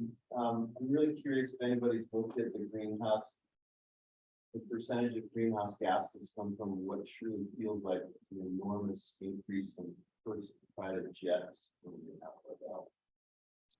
Yeah, I know they create a lot. I'm sure that's not, I don't think it's the word embodied. I'm sure that's part of the greenhouse gas emissions inventory. I just don't have all that. I'm just wondering, you know, what that slice looks like compared to the bottom. I get it, people are driving further. Because they're getting fish out of hell, but I feel like that would be a big slice. And we have it, we didn't want to dive, we're gonna have one today, like diving into the greenhouse gas inventory and all the different slices, as Abby said, really just the grounding of the 3 main categories, and we'll start to break them up. And Tara, I get that data. You know, I don't think it's broken down between GA and commercial, but I think the airport is about 5. And the question was for those virtually in that transportation sector for greenhouse gases, how much is airport aviation traffic accounted for? And you know, ballpark, some said John was saying it's about 5%. But each of these pie chart pieces could be sliced into auto, aviation, you know, many different pieces. Same with the building energy use. We wanted to ground you all in the big picture trends and understand what additional information you're interested in. And I think we could have a whole discussion just about how some of these different pie chart sectors are sliced. Just one clarification. Yeah, In the okay. packet, it's actually aviation is 13% of their total. And then kind of the John's comment, I think it's about between 70 and 80% private versus commercial. Excellent. That's great. And So- so it's in the pack, and there is the greenhouse gas dashboard that we'll share with you all too that does have that information. So Morgan, thank you for that clarification. And so the intent here was to tee up some of these trends and some of this baseline data so that we can have, you know, a strong grounding in what are our current conditions. We need to understand where we've been, to know where we're going, but certainly we want to be on the same page, in agreement on where we are. So the committee discussion, we'll share these with you as questions to be thinking about for our next meeting. What insights emerge from these trends? You know, what other trends and assumptions may be missing? We want to hear from you. What else are you feeling that either there is or should be data to substantiate? How could data be helpful in these discussions? You know, there's a lot of different data that could be gathered, but we want to make sure that we're getting information that is going to be instructive for you all and making a recommendation. And then how does impacted these trends speak to the community values, which is where we want to go next, is how have our values evolved and how did the code evolve that be an expression. And so we've got 15 minutes left. I do want to reserve some time to talk about our governance structure and the process for selecting a committee chair and co-chair. We're not going to do that today, but we've got a process that we did want to share with you. So where we're headed, a summary of the visioning and what we heard, we'll be sharing that with you, and we'll be spending a significant amount of time talking about the vision and the values and how that is going to inform the lens we look through and making our recommendations. The work ahead and how the current values of the land use code hold up today. We're thinking about the rate of growth, community character, and environmental preservation. You've all seen this schedule before. It's going to continue to evolve with your work. This is your committee, which is why we want to be talking about the chair and co-chair and the important role that the chair and the co-chair will play in developing the strategy, guiding the work of the committee, and really listening and regulating the pace at which we go. And as part of that, coordination with the planning team staff, helping to set agendas and support the facilitation process of this. So the process for doing that, by September 6th, we're going to be sharing all the bios out for all the committee members so that you can review. There's going to be an online poll for nominations. You can nominate yourself or nominate another committee member. And that we're targeting September 14th. We'd love to have all of our nominations in-house. And then at our meeting on September 21st, we're going to do an anonymous poll to select our chair and our co-chair. And there is someone in the room today who I know has led and been part of many of these committees. So John Bennett, I'd love to hear any commentary you have. I know there is a significant time commitment associated with this role. Sure. So I'll run through a few notes that I just put together at the team's request to give you sort of a sense of what it might be like to chair or co-chair a group like this. Basically, I divide these responsibilities in these three areas: guiding, listening, and watching. I'll go through these very quickly. Guiding, the chair and co-chair will be obviously guiding the work of the committee, helping to develop the strategy, the path of the future meetings through the end of the year and into 2023, Lord help us. Helping to set agendas and planning the facilitation. Allowing for conflict and debate in meetings as we go forward. There's much more group discussion than we are experiencing at the beginning. But also knowing when to sort of gently call it into that and move on. And in that process, avoiding rabbit holes. That's all what I call guiding. Listening really, really carefully and deeply to what we hear in this room, what your colleagues are saying from time to time. Ensuring fairness in speaking, making sure that everyone has a chance to speak, allowing all voices to be heard, and generally guiding the conversation in a constructive, positive manner. The third category is watching. Watching for underlying needs and motivations that often beneath the surface of people's positions. I don't know, I'm sure some in this room have read the Harvard negotiation projects, fabulous, getting DS. That's what I'm talking about. I won't dive into that now. Come back to that. Looking for what are sometimes hidden, often hidden areas of agreement that may bubble up in meetings down in the future. And finally, thinking outside the box to notice solutions that are bubbling up in corners of the table that might not be obvious. Solutions that might gain the group the ability to again finding consensus areas of commonality that we get together on. So those are the kinds of things that a chair and co-chair will be doing with a lot of help from the staff. It's great staff, as you see here, responsive and listening. Will give you a lot of support in this position, but it is a certain amount of time. It's more than just coming to the meeting. There will be strategy meetings that will either be online or in person before each meeting, just to talk about, what are we likely to encounter, how do we want to guide this, what are we going to be listening for, and then what should we be thinking about for the next meeting and the meeting after that. I hope that makes sense. And I want to point out, and you asked the question, what about 2020 versus today? Why this group? And I think John is sitting on a lot of it. This is your committee.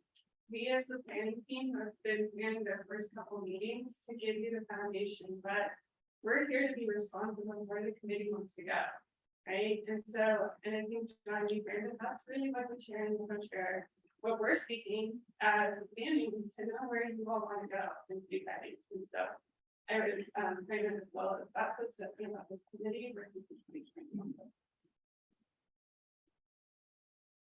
I think that's a great transition. Until we get that governance structure in place, this is your committee. And we want to know when we have our next meeting on September 21st, what agenda, given the conversation we had today, is going to be most effective for that discussion. We certainly will be sharing much of this information about selecting a chair and co-chair. But in the time we have remaining, I would love to hear for our next meeting, given the discussion that we had today, what key agenda items. I think we've had very clear consensus on needing to understand how the growth rates accounted for in the role of exemptions and some common definition of terms. But in thinking about our next meeting, which is September 21st, can be at the APD, what agenda items would you all like to see? What jumps to mind for you? Joe, please. I'd love to talk about STRs, even though the county was gone down that route, so I don't know if that's gonna be in our purview or not. That's a good short-term rental. Exactly, STRs and the role of STRs. I don't know if any of the planning team has a comment. The demo issue, how do we get to zero emissions if we can't replace the existing stock? Excellent, the demo. There's such a great limitation on replacement. Excellent, so your STR, the demo issue, but did you have an item you want to add? Rural and remote. Sorry. You said rural and remote zoning? Rural and remote zoning and sort of the urban growth boundaries, the rural and remote boundaries, and the role of density in all of that conversation. Is that a fair way to summarize that? How many TDRs are left? TDR counting.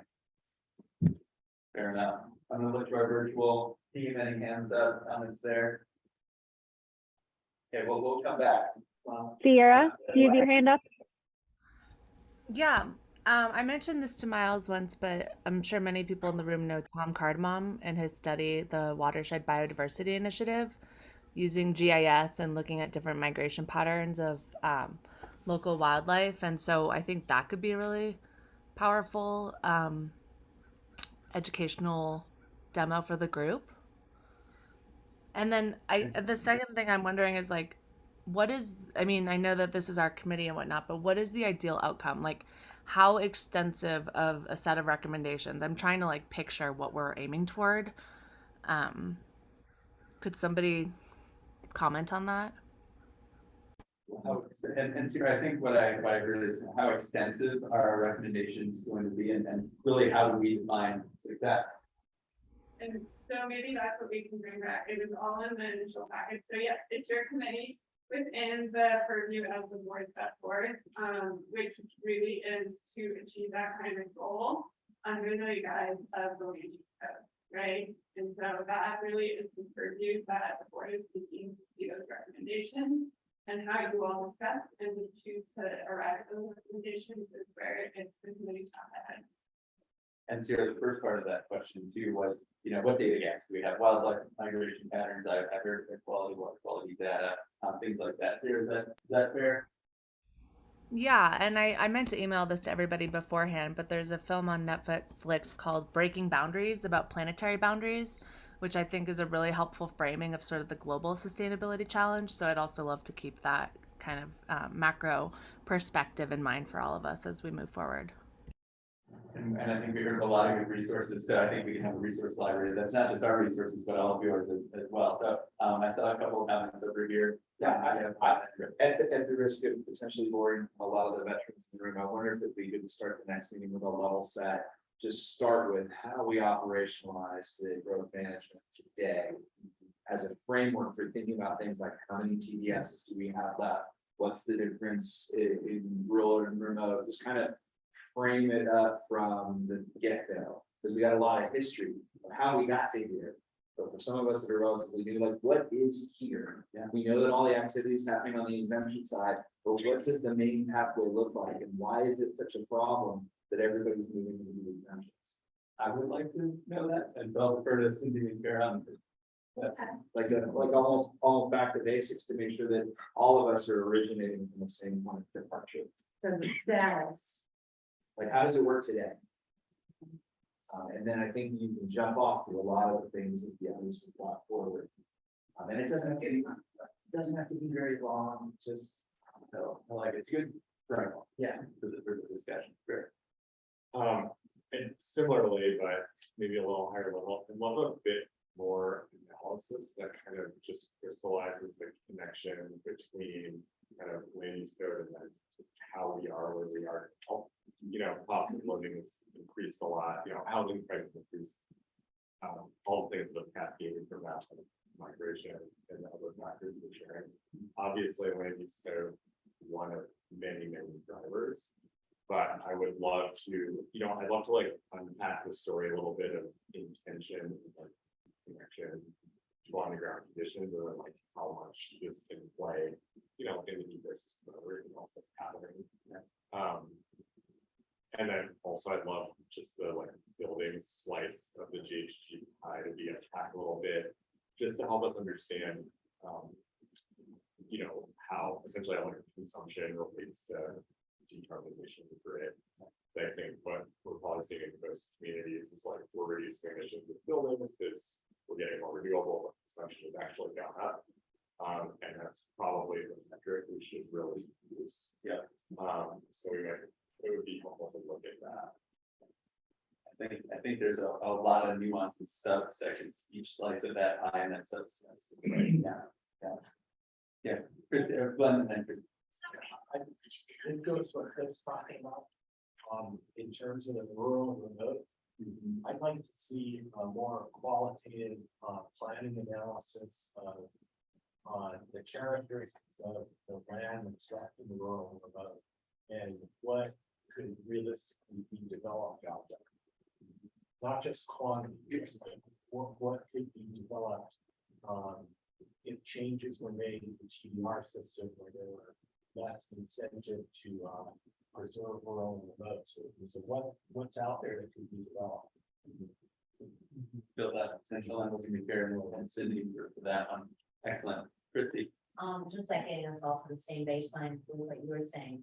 Also, I've heard these acronyms of CORE and REP.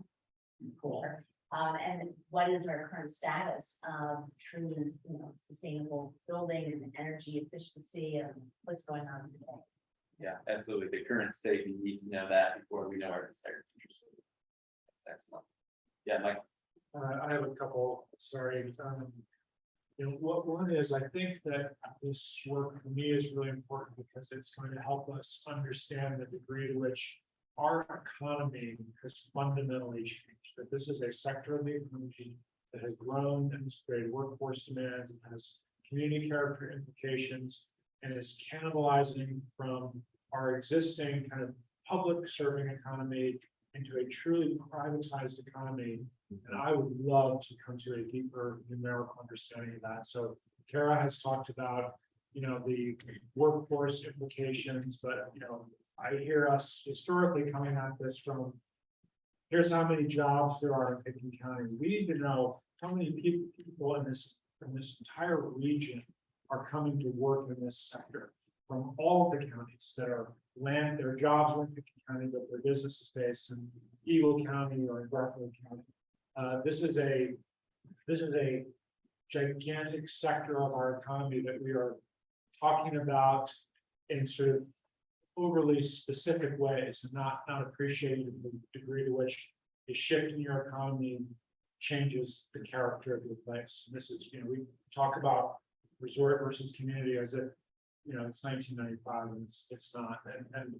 And then within that sort of observation request, I think I'd like for us to kind of interrogate some of the underlying assumptions that I feel like we're continuing to make. So I think Forrest hit on it when he said, you know, talked about multifamily being a good solution for places experiencing growth pressure, but single family and rural and multifamily and urban, as Cindy pointed out, is kind of a long-standing, I don't know if you call it a goal, but like just sort of a baseline, this is what we're looking for.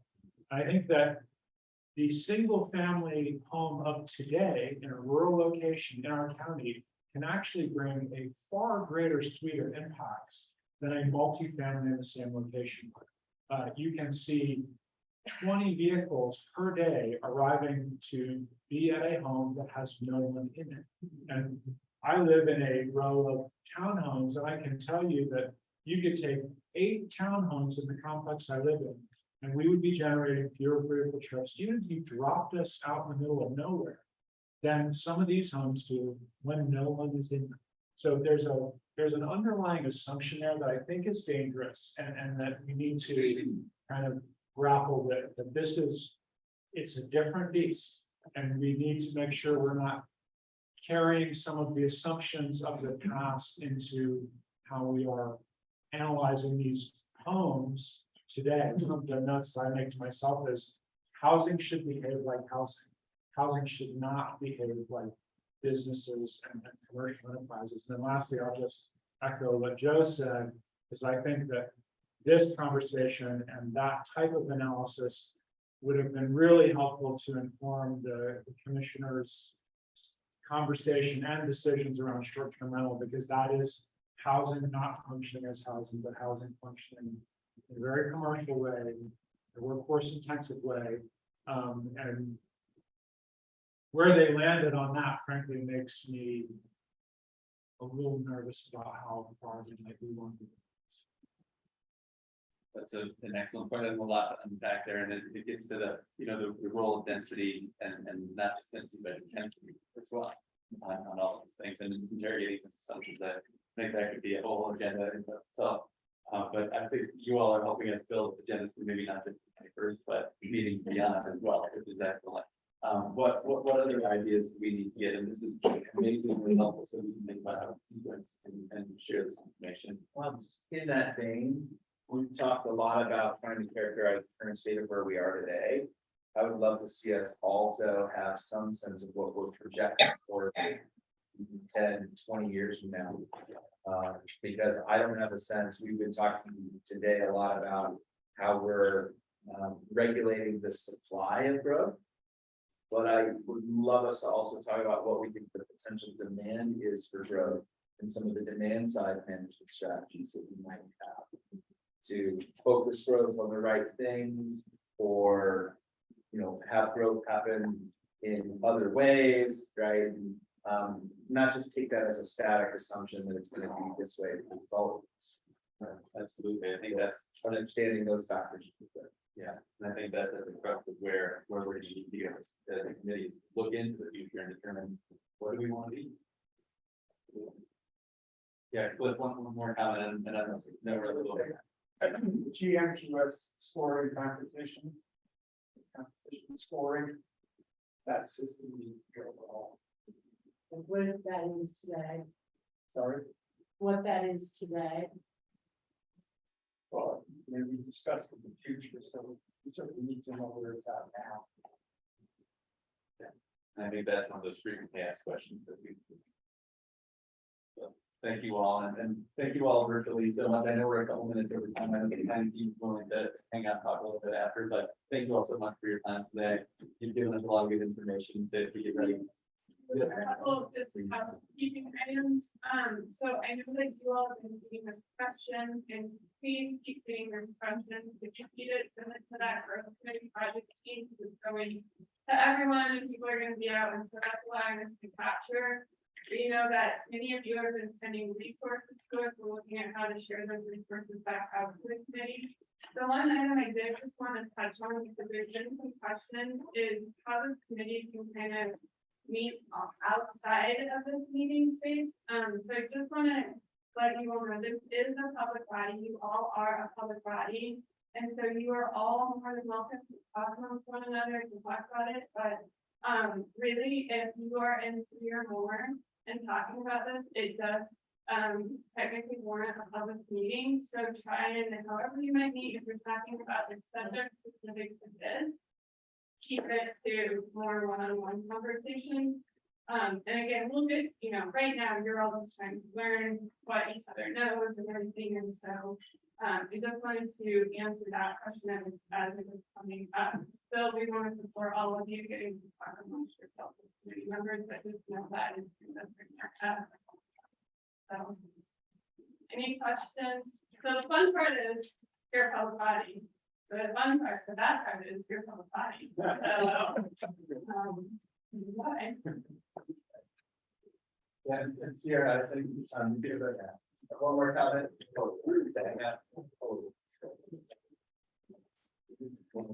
Well, anyway, thank you all. We'll be sharing a lot of information between now and our next meeting, and please do feel free to hang out and answer all the questions. Thank you for your time tonight. Thank you all so much.